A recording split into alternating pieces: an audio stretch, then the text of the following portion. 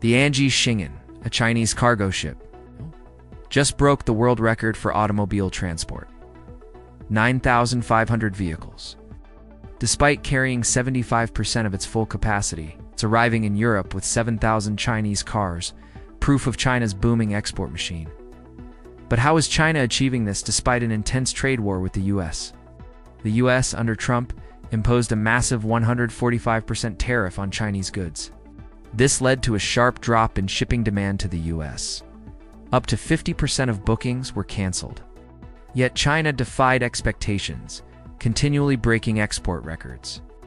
China reduced its dependence on the US by boosting trade with Southeast Asia, Europe, and Latin America. Exports to the US dropped 21%, but increased 20% to Southeast Asia and 8% to Europe. This diversification helped stabilize its economy. In 2024, China exported over $1 trillion more than it imported. Q1 2025 GDP grew 4.9% annualized, exceeding forecasts. Industrial production grew faster than retail sales, showing continued export reliance. Despite growth, domestic consumption remains weak. Shanghai's GDP per capita is 5 times the national average, but household income barely grew.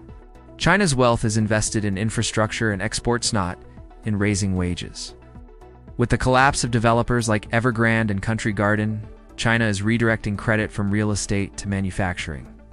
China produces 30% of global manufactured goods, but only 13% of consumption.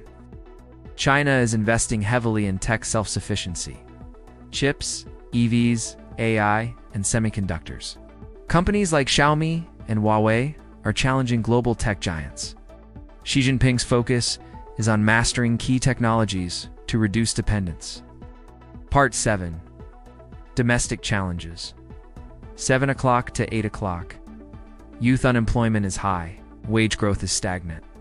Despite GDP growth, indicators like cement production and tax revenues are falling. This raises doubts about the accuracy of official growth figures. China is trying to shift from an export-based to a consumption-driven economy. The government is cutting interest rates and increasing social spending to boost demand. However, consumption is still lagging behind industrial output.